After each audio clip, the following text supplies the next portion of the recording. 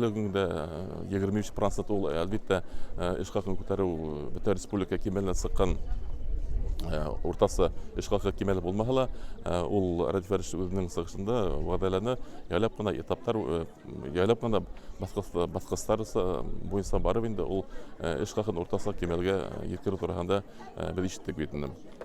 Икенче безнең төп темаларның бере матбугат йортының проблеманы килгән сакта инде. Моның да Радифәр безгә үзенең сыгышында ук без һорауды биреп өлгермәдек. Ул безне шатландырып алып китте. Сымта ул Башкортстан журналистларының матбугат йорты ул башкалардан бер нимәгендә кем булырга тиеш түгел. Күркәм урында урнашкан, уны төзекләндерәсәкләр, ремонтлау, үзгәртеп кору яктарынан да, бит техникаттан да языла торганда ул вәгъдәләрне. Сымта безгә ул ике ошо яңалык та безнең бик шундай йылы кабул ителде.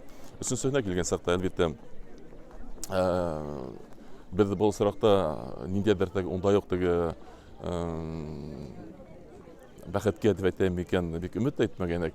Без бары тик нашыл матбугат йортында бер-ике кабинетта гына үзебезнең журналистлар союзының офисы буларак һорауга ниятләнгән һәм һорайбызда инде. Күрүсә ул башка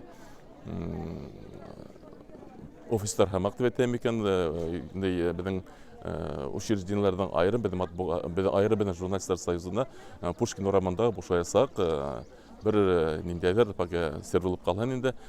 Пушкин урамында бушаясак, бер бинаны безгә бәлки бирдә уы торганы вәгъдәләнеп әйтер бу соракта инде.